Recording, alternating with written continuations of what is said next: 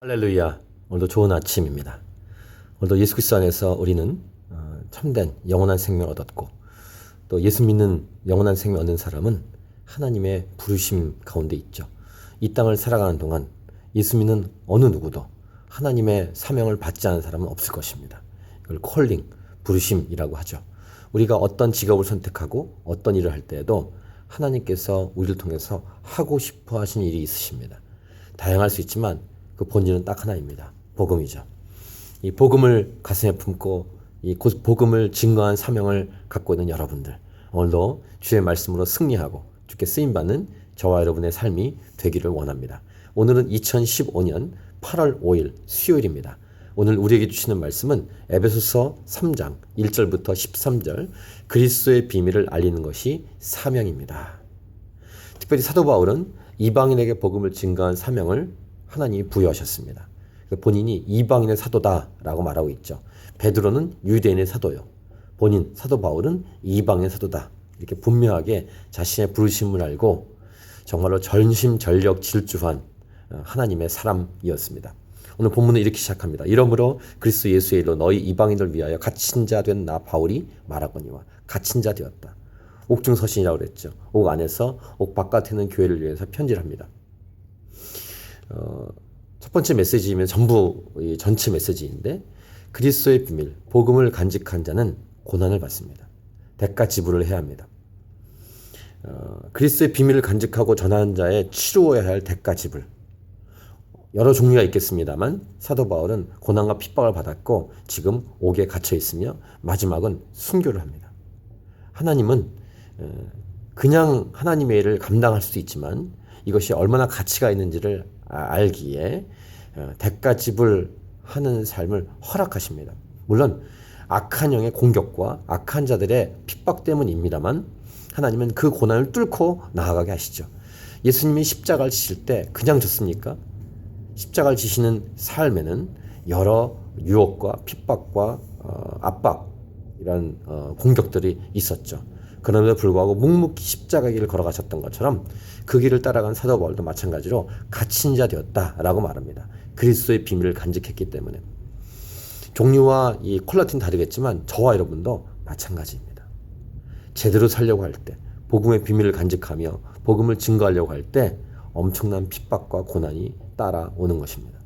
이 대가 지불을 힘들고 어렵지만 기쁨으로 알고 순교의 자리까지 나가려고 하는 것, 이것이 저와 여러분의 이 땅을 살아가는 삶의 태도요 중심일 것입니다. 너희를 위하여 내게 주신 하나님의 그 은혜의 경륜을 너희가 들었을 터이라.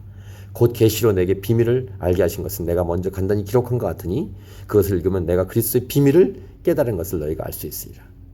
이걸 알기 때문에 또 놓을 수 없는 거예요. 그 두 번째 메시지입니다. 복음의 맛, 또 복음을 경험하고 예수님 만난 사람은 핍박과 고난이 와도 그걸 두려워하거나 어려워하거나 또는 어렵고 힘들지만 포기하지 않습니다. 왜냐하면 가치를 알기 때문이죠. 밭에 감추인 보화의 비유를 아시죠? 전 재산을 다 팔아 그 밭을 사는 것입니다. 왜냐하면 거기에 보화가 담겨 있기 때문입니다. 마치 그런 것처럼 천국의 비밀인 복음, 예수 그리스도를 알기 때문에 어떠한 대가 지불을 해도 마다하지 않고 달려가는 것입니다. 이것이 예수 믿는 사람입니다. 이제 그의 거룩한 사도들과 선지자들에게 성령으로 나타내신 것 같이 다른 세대에서는 사람의 아들들에게 알리지 아니하였으니 이는 이방인들이 복음으로 말미암아 그리스도 예수 안에서 함께 상속자 되고 함께 지체가 되고 함께 약속에 참여한 자가 됩니다. 특별히 사도 바울은 이방인 얘기를 많이 하죠. 왜? 이방인에게 복음을 증거하는 부르심의 소명, 콜링을 갖고 있기 때문입니다. 오늘 본문의 1절에도 이방인, 지금 읽은 6절 말씀에도 이방인, 이 복음을 위하여 그의 능력이 역사하신 대로 내게 주신 하나님의 은혜의 선물 따라 내가 일꾼이 되었노라. 자신의 부르심을 분명히 알고 달려갔던 사람. 이 길을 우리들도 가야 할 줄 믿습니다. 여러분 어떤 소명, 어떤 부르심이 있으십니까? 그 직업을 선택할 때 부르심을 따라 그 직업을 선택하셨나요? 그 공부를 하고 계신가요? 그 일을 하고 계신가요?